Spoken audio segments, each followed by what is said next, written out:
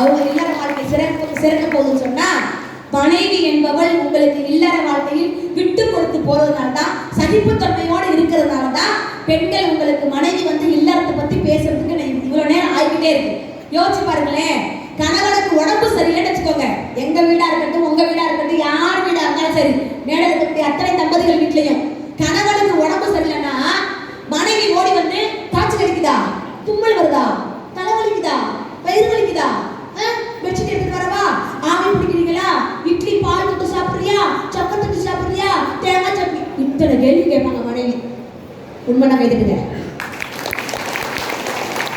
உண்மையாலே கணவனுக்கு கொஞ்சோடு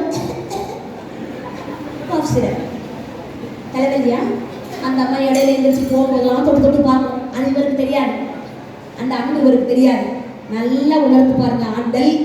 மனைவிக்கு காய்ச்சல் வந்தாலோ சளி பிடிச்சாலோ உடல் வலி மாதம் மாதம் வரக்கூடிய எத்தனை உடல் வலிகள் இருந்தாலும் கூட, தனக்கு காய்ச்சலே அடிச்சாலும் கூட 2 இட்லியை ஊற்றி வச்சு ஏதாவது ஒரு வகை சட்னியாவது செஞ்சு வச்சு பிள்ளைகிட்டையோ கணவன்கிட்டயோ கூப்பிட்டு சொல்லுவா, நான் இட்லி செஞ்சு வச்சிருக்கேன் ஹாட் பாக்ஸ்ல, அதை எடுத்து போட்டு சாப்பிடுங்க நான் சொல்லி தன் வீட்டினுடைய கடமைகளை எல்லாம் செய்து விட்டுத்தான் தன் உடல் வலியை கூட போக்குவான்னு சொன்னா, அதுதான் மனைவி என்கின்ற ஒரு மிகச்சிறந்த குணவரம்னு மகரிஷி அவர்கள் சொல்லியிருக்காங்க. அப்ப அந்த மனைவிக்கு நீங்க என்ன செய்ய தெரியுமா, உங்களுக்கு காய்ச்சல் வந்தால் எப்படி அவங்க குடிக்கிறாங்களோ, உங்களுக்கு ஏதாவது உடம்புக்கு ஏதாவது துடிக்கிறாங்களோ, அதே மாதிரி அவங்களுக்கு ஒரு காய்ச்சல் வந்தா பரவாயில்லம்மா, நீ போய் பேசாம பெட் ரெஸ்ட் எடு. இப்ப நான் ஒரு சாதாரண ரசம் வச்சு கொடுத்தா சாப்பிடுவில்ல, நான் கடையில வந்து இட்லி வாங்கி கொடுத்தா நீ சாப்பிடுவில்ல, நீ எந்த வேலையும் செய்ய வேணாம், போய் ரெஸ்ட் எடுன்னு கணவன் அந்த ஒத்த வார்த்தையை சொல்லுங்க. அவங்க அதை துள்ளி குளிச்சு விளையாடுவாங்க. 108 டிகிரி காய்ச்சல்ல கூட மனைவியோட சின்ன சின்ன சந்தோஷம் தெரியுமா? வெளியில பெண்கள் எத்தனையோ பெண்கள் வேலை பார்ப்பாங்க. என்னைய மாதிரி படிச்ச பெண்கள் எவ்வளவோ பேர் கல்லூரியில பள்ளிகள்ல மில்லுல எத்தனையோ பேர் வேலை பார்ப்பாங்க. அவங்களுக்கும் உங்களை மாதிரி வெளியில போகும்போது மேனேஜர்கிட்ட இருந்து சேர்மன்கிட்ட இருந்து அவ்வளவு கஷ்டம் இருக்கு. பிரின்சிபல்கிட்ட திட்டு வாங்கிட்டு வீட்டுக்கு வருவாங்க.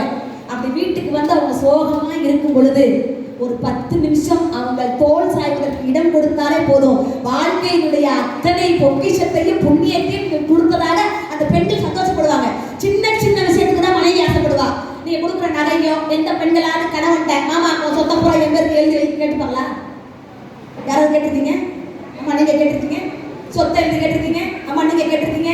இவங்களே ஒத்துக்கல. 1 மாசம் ஆனவங்கள்ட்ட கேட்க முடியுமா? சார் உங்க மனைவி கேட்டுட்டாங்களா? சொத்தை எழுதி கொடுங்க. எந்த நான் கேட்டிருக்கேன் அம்மா வெங்காயம் ஊற்றி போட சொல்லுங்க. இவர் கஷ்டத்தை போல சொல்றாரு.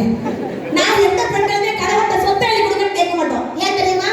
நாங்கெல்லாம் பெருசா முடிக்கிற சொத்தை